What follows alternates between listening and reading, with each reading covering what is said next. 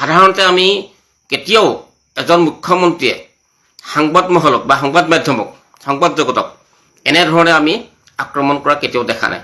সেইদিনাখন বিবিচিৰ এজন সাংবাদিকে তেতিয়া প্ৰশ্ন কৰিছিলে যে হোৱাই পিপল কল হিম যে হিটলাৰ, তেওঁ কিন্তু পলাইছিলে, তেওঁ উত্তৰ দিব নোৱাৰিছিলে। গতিকে আজিৰ তাৰিখত সঁচাকৈ কৈছোঁ হিমন্ত বিশ্ব শৰ্মা অসমৰ কাৰণে অতি এজন ভয়ংকৰ ব্যক্তি। এই কথাটো মই বিজেপিৰ যিসকল সদস্য যিসকল সঁচাকৈ ভাৰতীয় নাগৰিক, যিসকলে সংবিধান মানি চলে, তেওঁলোকে সঁচাকৈ ক'ব পাৰিবনে যে হিমন্ত বিশ্ব শৰ্মাৰ এই উচ্চ বাচ্য তেওঁলোকে সমৰ্থন কৰিছে? হিমন্ত বিশ্ব শৰ্মাই অসমত অশান্তি বিয়পোৱা নাই? আৰু এই কথাটো ক'ব পাৰিবনে যে হিমন্ত বিশ্ব শৰ্মাৰ অবিহনে ছেকেণ্ড এজন ব্যক্তি যি সঁচাকৈয়ে অশান্তি ইয়াত বিয়পাইছে? আগতে অখিল গগৈ ডাঙৰীয়াকে ধৰি বিভিন্ন আন্দোলনকাৰী নেতাসকলক তেওঁলোকে লক্ষ্য কৰি লয়, বিশেষকৈ চৰকাৰে কয়। আৰু দেখিছিলোঁ যে কেতিয়াও চৰকাৰী পক্ষই তেওঁলোকৰ প্ৰজাগণক গণতান্ত্ৰিক দেশত, বিশেষকৈ আমি অসমত যে এনেকুৱা ধৰণৰ নিজে অশান্তি কৰা আমি দেখা নাছিলোঁ। কোনোবাই অশান্তি কৰিলে তাত প্ৰতিৰোধ কৰিছিলে।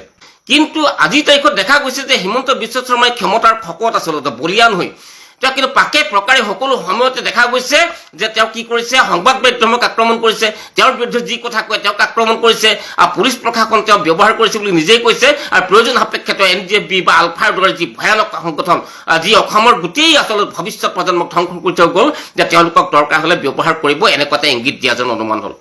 গতিকে ভাবিছোঁ যে অসমত আজিৰ তাৰিখত সঁচাকৈ হিমন্ত বিশ্ব শৰ্মাৰ দৰে এনেকুৱা দুৰ্নীতি চৰ্দাৰ, এনেকুৱা অসভ্য মুখ্যমন্ত্ৰী, এনেকুৱা অশান্তিপ্ৰিয় মুখ্যমন্ত্ৰী, এনেকুৱা ধৰণৰ হিটলাৰী শাসনৰ মুখ্যমন্ত্ৰী, এনেকুৱা ধৰণৰ তুগলকী শাসন, ল'ৰাজৰ শাসন আমি পূৰ্বতে কেতিয়াও দেখা নাছিলোঁ।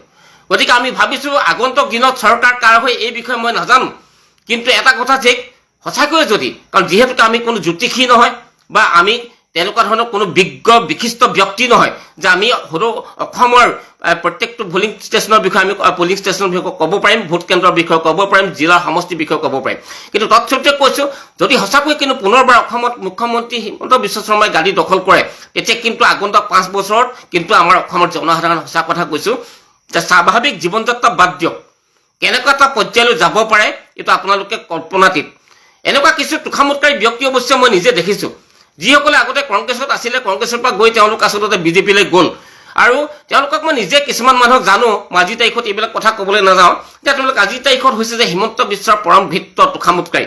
তেওঁলোকে কিন্তু যেতিয়াই চৰকাৰ বদলি হৈ আকৌ তেওঁলোকে সেই চৰকাৰতে হয়তো যাব, তেনেকুৱা ধৰণৰ অসংখ্য অনুৰাগী, অসংখ্য ব্যক্তি যি দুৰ্নীতিত লিপ্ত হৈ আছে, যি চৰকাৰৰ অৱশিষ্ট খাবলৈ ৰৈ আছে বা খাই আছে।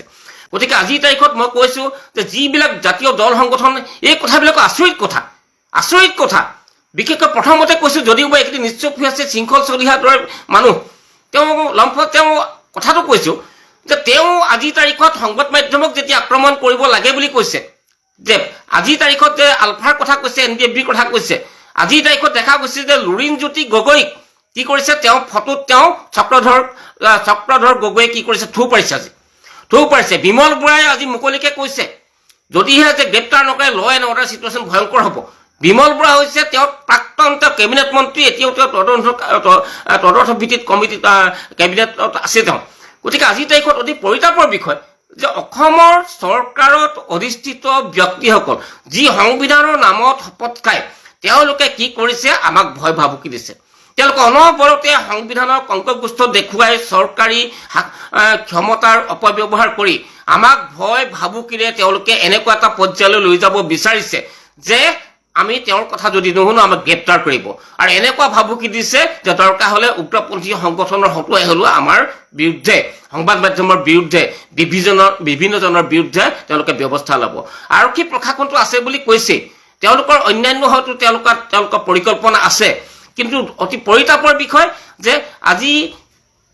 আজি হিমন্ত বিশ্বৰ প্ৰৰোচনাত অসমত যিবিলাক ঘটনা পৰিঘটনা হৈছে দেখা গৈছে।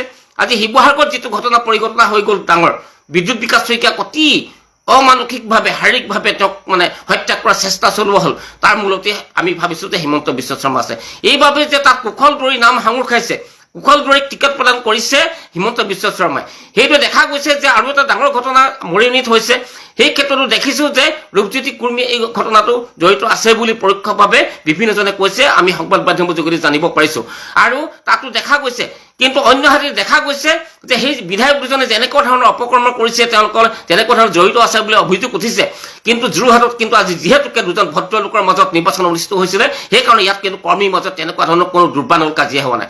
অন্য হাতে আমি দেখিছিলোঁ যে দুজন প্ৰতিদ্বন্দ্বীৰ মাজত তেওঁলোকে চাহৰ পিয়লা লৈ তেওঁলোকে সন্মুখ সময়ত যুঁজৰ বাদ দি তেওঁলোকে বন্ধুত্বমূলকভাৱে যি কথা বাৰ্তা হৈছে, এই ভৱিষ্যত প্ৰজন্মই তাক সঁচাকৈ আদৰণি জনাইছে। গতিকে মই ক'ব বিচাৰিছোঁ, যিবিলাক জাতীয় সংগঠন, যিবিলাক দল সংগঠন, হঠাতে দেখিছোঁ যে বিগত কংগ্ৰেছ চৰকাৰৰ দিনত তেওঁলোকে আন্দোলন কৰি ভাল পাইছিলে, আৰু হওঁ বুলিলেও কি কৰিছে, তেওঁলোকে যে কংগ্ৰেছৰ বিৰুদ্ধে গৰ্জন দিয়ে, তেওঁলোকৰ একদম সময় নোহোৱা হয়, তেওঁলোকে ভাতৰ পাতত তেওঁলোকে নবহি তেওঁলোকে আন্দোলনলৈ গুচি যায়। আজিৰ তাৰিখত কিন্তু তেওঁলোকে যেতিয়া অসমৰ মুখ্যমন্ত্ৰীজনে প্ৰত্যেক দিনাই প্ৰত্যেকটো ঘণ্টাত পাকে প্ৰকাৰে বিভিন্নজন ব্যক্তিক তেওঁলোক ক্ষমতাৰ বলিয়ানত কি হৈছে, তেওঁ যে আক্ৰমণ কৰিছে, তেওঁ প্ৰত্যাক্ৰমণ নহয়, আক্ৰমণ কৰিছে, আৰু তেওঁ ভয় ভাবুকি দিছে। তেওঁ সেই ক্ষেত্ৰত কিন্তু জাতীয় দল সংগঠন, বিশেষকৈ মই কৈছোঁ, বিশেষকৈ এই কথাটো ক'ব লাগিব যে আমি সদৌ অসম ছাত্ৰ সন্থাই নিজকে অসমৰ অভিভাৱক বুলি তেওঁলোকে কয়। সদৌ অসম ছাত্ৰ সন্থাৰ কিন্তু ফালৰ পৰা তেওঁলোকে কেতিয়াবা হয়তো কোনোবা সাংবাদিকে তেওঁ কি কৈছে, বুংলৈ যেতিয়া তেওঁলোকে প্ৰশ্ন কৰিছে, কিবা এটা মন্তব্য বিচাৰিছে, তাতেই যেন তেওঁলোকৰ যি কাম শেষ, কাৰ্য শেষ। যে আজিৰ তাৰিখত দেখা নাই যে হিমন্ত বিশ্বৰ দুষ্কাৰ্যৰ বিৰুদ্ধে কোনো জাতীয় দল সংগঠনে গৰজি উঠা, কাৰণ তেওঁলোকে ভিতৰুৱাকৈ গোপনকৈ তেওঁলোকে যেন মিলি আছে, এই কথাটোৱে বুজা যায়। কাৰণ তেওঁলোকে যিবিলাক দল সংগঠনে বিগত 10 বছৰত বিজেপি দলৰ বিৰুদ্ধে সোচ্চাৰ হৈ আছিলে, নিৰ্বাচনৰ প্ৰাক মুহূৰ্তত কিন্তু তেওঁলোকে নিশ্চুপ হৈ ৰ'ল। তেওঁলোকে তাৰোপৰি শিৱসাগৰত এই মানুহজনৰ কথা বা এই ল'ৰাজনৰ কথা ক'বলৈ সঁচাকৈ মোক কুণ্ঠাবোধ কৰিছোঁ। চিতু বৰুৱা আচলতে এনেকুৱা ধৰণৰ কিছুমান ব্যক্তি বা মানুহ ইয়াতে আছে, যাৰ কোনো সামাজিক তেওঁলোকৰ পদমৰ্যাদা নাই, সামাজিকভাৱে তেওঁলোকৰ কোনো ভাল চিনাকি নাই, আৰু তেওঁলোকক কি কৰিছে যে কিছুমান নিউজ পৰ্টেলেই হওক, কিছুমান সংবাদ মাধ্যম হওক, এনেকুৱা ধৰণৰ এটা হেৰিলৈ লৈ গৈছে, সঁচাকৈ যেন তেওঁলোকে দেশৰ বাবে কিবা এটা কৰিছে। তেওঁলোকে ইমান সস্তীয়া কিছুমান কথাৰে বাকে প্ৰকাৰে তেওঁলোকে অসমৰ গোটেই পৰিৱেশ পৰিস্থিতি সাধাৰণ জনতাৰ মাজত এনেকুৱা এটা কৰিছে যে আচলতে বুজিবলৈ যিখিনি আমাৰ সাধাৰণ মানুহ, খাটি খোৱা মানুহ বুজিবলৈ অসুবিধা হৈ যায়, যিখিনি চহা মানুহ বুজিবলৈ অসুবিধা হৈ যায়। এই কথাটো ঠিক যে বৰ্তমানৰ যিটো নিৰ্বাচন হৈ গ'ল, এই নিৰ্বাচন বিজয় কোনে হয়, কোন বিজয়ী হয়, এই কথাটো আমি আজিৰ তাৰিখতে কোৱাটো সমীচীন নহ'ব। কিন্তু তথ্যটো দেখা গৈছে, কিন্তু আজিৰ যি ভোট গণনা হ'বলৈ বাকী আছে, 4 মে'ত ৰিজাল্ট ওলাব, কিন্তু ভোটদানৰ যিটো হাৰ, সাধাৰণতে আমি দেখিছোঁ যে যেতিয়া ভোটদানৰ হাৰ অত্যাধিক হয়, তেতিয়া চৰকাৰৰ বিৰুদ্ধে আচলতে এই ভোটদান হয় বুলি ধৰি লোৱা হয়, আৰু চৰকাৰ ওলট পালট হয়। সেইবাবে হয়তো হিমন্ত বিশ্ব শৰ্মাই তেওঁ আচলতে দিক বিদেশ হেৰুৱাই পেলাইছে। তেওঁ ভাবিছে যে যেতিয়া 90% আচপাছ ওচৰা-ওচৰি ভোটদান হৈছে, তেতিয়া তেওঁ ভাবিছে যে তেওঁ আৰু গেল, তেওঁ আচলতে তেওঁ আকাশৰ পৰা খহি পৰিল। সেইবাবে সম্বিত তেওঁ ঘূৰি আহি তেওঁ দিক বিদিশ হেৰুৱাই পেলাইছে। আজি তাৰিখত এটা কথাই ভাল লাগিলে যে মুখ্যমন্ত্ৰী হিমন্ত বিশ্ব শৰ্মাই আমাৰ নিচিনা মানুহক কৰিবই বাকী। নিতুমণি শইকীয়াৰ দৰে মই কৈছোঁ, তেওঁলোকে খুব বেছি আমাৰ নিচিনা মানুহক হত্যা কৰিব পাৰিব। ইতিমধ্যে মোৰ ভাইটিৰ মৃত্যু হৈয়ে গৈছে, গতিকে আমি আৰু মৃত্যুলৈ ভয় কৰা মানুহ নহয়, আমি জেল হাজতলৈ যাবলৈ ভয় কৰা মানুহ নহয়, আমি জেল জৰিমনাৰ কাৰণে আমি প্ৰস্তুত থকা মানুহ। আমি কেতিয়াও আমি পাবত গজি কেতিয়াও চৰকাৰৰ কিবা অপহস্ত খাবলৈ ৰৈ থকা ব্যক্তি নহয়। মই ভাবিছোঁ যিসকলে এতিয়াও চৰকাৰ পদলেহনকাৰী, সঁচাকৈ চৰকাৰ অপহস্ত খাবলৈ ৰৈ আছে, তেওঁলোকৰ কথা মই কোৱা নাই।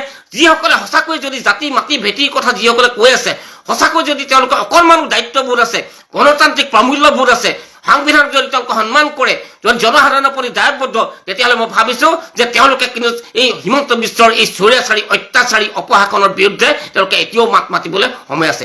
এইবাবে কৈছোঁ, যদিও বা ভোটদান প্ৰক্ৰিয়া হৈ গ'ল, আজিৰ প্ৰেক্ষাপটত কিন্তু পৰিৱেশ পৰিস্থিতি এনেকুৱা ধৰণৰ উত্তাল কৰিবলৈ চেষ্টা কৰিছে হিমন্ত বিশ্ব শৰ্মাই যে আগন্তুক দিনত হয়তো বহুত মানুহ ইয়াৰ পৰা হয়তো অসমৰ পৰা এনেকুৱা ধৰণৰ নোহোৱা হৈ যাব, বহুত হয়তো কণ্ঠ নোহোৱা হৈ যাব, বহুত সাংবাদিক নোহোৱা হৈ যাব।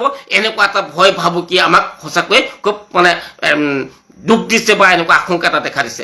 গতিকে খুব খঙত কৈছোঁ, ক্ষোভত কৈছোঁ, এই কথাখিনি কৈ মই ভাবিছোঁ যে হিমন্ত বিশ্ব শৰ্মাৰ নিচিনা অত্যাচাৰী যদি শাসক যদি পুনৰ 5 বছৰৰ বাবে অসমলৈ আহে, তেতিয়াহ'লে অসমৰ কাৰণে এটা অতিকে এটা ক'লা ডাৱৰ অতি অমানিশা আহি আছে, ই তদ্ৰুপ, ই ধ্ৰুৱ সত্য। ধন্যবাদ।